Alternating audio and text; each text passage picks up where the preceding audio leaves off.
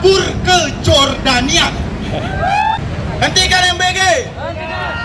Bubarkan SPBG. Bubarin aja. Kawan-kawan, ada seseorang yang baru beberapa hari yang lalu menyuruh anak-anak mudanya untuk keluar negeri saja. Siapa tuh? Seseorang yang saya masih ingat ketika saya dan kawan-kawan dipenjarakan karena demonstrasi. 3 hari kemudian dia mentitahkan kepada kepolisian Kapolri untuk tembak di tempat, kawan-kawan. Bajingan sekali, kawan-kawan. Dan dia mengatakan hal itu ketika rupiah sekarang sudah kembali lagi ke angka 18.000. Apakah 81 tahun itu berhubungan dengan 18?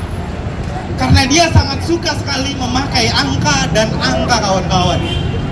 Namun ketika pertama kali menjabat, waktu itu rupiah 15.000. Namun sekarang belum 2 tahun sudah menjadi 3/4-nya, kawan-kawan. Sudah 3/4-nya. Uang kita sudah berkurang.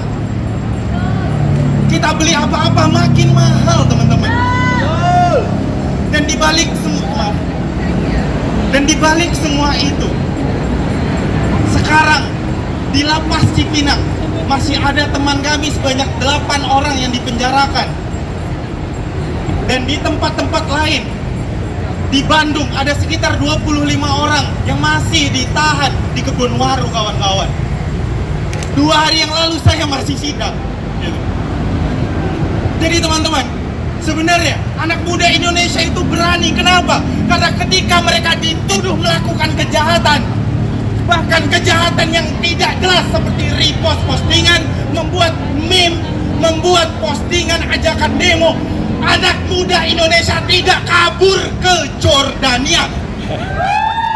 Anak muda Indonesia apa? Anak muda Indonesia tidak kabur. Kenapa? Karena di hari mereka melawan negara, di hari itu juga mereka dimasukkan penjara. Dan mereka melalui proses pemenjaraan tanpa ketakutan, kawan-kawan. Tanpa mereka menangis, merengek-rengek kepada orang tuanya. Mereka, kawan-kawan kami, berkata, "Mak, jangan kirim uang. Saya tahu saya harus berjuang sekarang, walaupun badan saya dipenjarakan." Dan itulah semangat anak muda Gen Z hari ini yang ingin dimatikan oleh rejim hari ini, kawan-kawan. Maka uang 100.000 rupiah ini perlahan akan pasti menghilang harganya. Kenapa? Karena dikorupsi dan koruptornya di dalam. Ini ada koruptor di sini. Sekarang mereka memproses anggotanya sendiri atas kasus korupsi. Dan teman-teman, terakhir mungkin, bahwa salah satu ciri dari rejim otoritarian adalah sederhana sekali, melakukan pembungkaman ekspresi. Yang ingin mereka dengar hanyalah pujian-pujian. Yang ingin mereka dengar hanyalah ya mungkin menjilat demi menjilat gitu. Maka hari ini, kawan-kawan, tidak perlulah kita banyak membahas, mengkaji segala sesuatu. Karena yang paling penting hari ini adalah terus turun, terus ingatkan masyarakat kita bahwa kenaikan harga BBM, kenaikan harga sembako, anak-anaknya keracunan, itu bukan salah dirinya, itu bukan salah masyarakat kita, itu juga bukan salah mereka, tapi itu semua salah pemerintah. Sepakat, kawan-kawan? Hidup rakyat. Hidup. Untuk 700 kawan kita yang dipenjara, bebaskan kawan kami. Bebaskan kawan kami. Bebaskan. Sampai semua bebas. Sampai semua bebas. Hidup rakyat. Hidup. Hidup perempuan yang melawan. Hidup. Hidup kaum miskin kota. Hidup. Teman-teman sekalian, hari ini kita semua berdiri di sini di depan kantor Kejaksaan Agung. Kita ingin menuntut, tuntutan kita semua sama, adalah menghentikan program makan bergizi gratis sesegera mungkin, juga membubarkan PGN, juga membubarkan seluruh SPPG yang ada di Indonesia. Kemudian yang kedua, tuntutan kami adalah usut tuntas korupsi yang terjadi atas nama makan bergizi gratis. Lalu yang ketiga, alihkan seluruh anggaran yang digunakan untuk MBG bagi kebutuhan masyarakat Indonesia yang membutuhkan, bagi masyarakat miskin, bagi pendidikan, bagi kesehatan, dan bagi pelayanan publik yang lebih baik daripada hari ini. Teman-teman sekalian, ICW sudah sejak lama menyampaikan bahwa program makan bergizi gratis ini merupakan program yang syarat dengan bancakan, syarat dengan kepentingan politik. Kenapa? Kami melihat dari hasil penelusuran bahwa di akhir tahun 2025, kajian yang kami lakukan menyebutkan bahwa dari 102 SPPG yang kami, dari 102 yayasan yang kami telusuri, itu lebih dari setengahnya merupakan bagian dari pejabat publik terafiliasi dengan partai politik, terafiliasi dengan mantan koruptor, terafiliasi dengan tentara, terafiliasi dengan polisi. Bisa dibayangkan teman-teman, sehingga perlu dipertanyakan, makan bergizi gratis ini mau memberi makan siapa yang sebenarnya?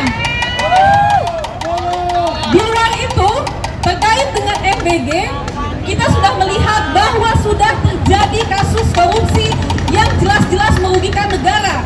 Tapi sampai hari ini, apakah diusut tuntas? Apakah Kejagung menyelesaikan terkait dengan kasus korupsi ini? Tidak ada kelanjutan, tidak ada pembongkaran lebih lanjut terkait dengan korupsi MBG. Padahal yang melakukan korupsi dalam MBG ini, kami meyakini tidak hanya Dadan yang terlibat, tapi lebih banyak orang, lebih banyak kelompok yang juga terlibat dalam korupsi MBG ini. Teman-teman sekalian, dalam situasi yang seperti ini, dalam situasi yang sangat memprihatinkan bagi masyarakat, kita dipertontonkan dengan berbagai macam dagelan dari pejabat publik, kita dipertontonkan dengan berbagai macam kasus korupsi yang kemudian tidak ada penyelesaiannya. Tiba-tiba Kejagung mengeluarkan surat untuk menghentikan pengambilan data terkait dengan SPPG.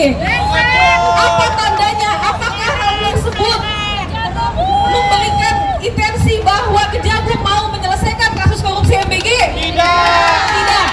Justru yang seharusnya dilakukan oleh Kejagung jika punya intensi untuk membongkar kasus korupsi, tidak mengeluarkan surat edaran seperti tersebut. Yang selanjutnya, dalam korupsi MBG ini juga kita sebagai masyarakat yang membayar pajak, uang pajak kita digunakan secara ugal-ugalan tanpa adanya transparansi. Sejak awal, Indonesia Corruption Watch mencatat bahwa program makan bergizi merupakan program yang menelan dana fantastis dan sangat-sangat minim terkait dengan transparansi. Kita hari ini sebagai masyarakat harus melihat kondisi, bahkan kita semua di sini juga merupakan bagian yang kehidupan sehari-harinya sangat sulit.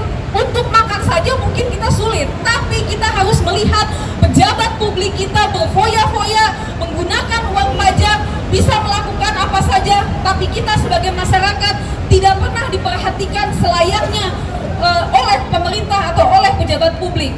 Kita hari ini harus menonton bagaimana kerakusan, bagaimana praktik-praktik lancung itu dipertontonkan secara jelas di mata publik kepada masyarakat.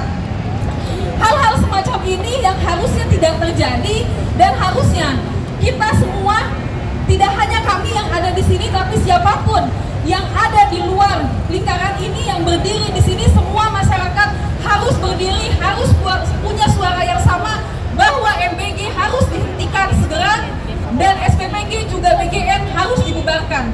Demikian, terima kasih.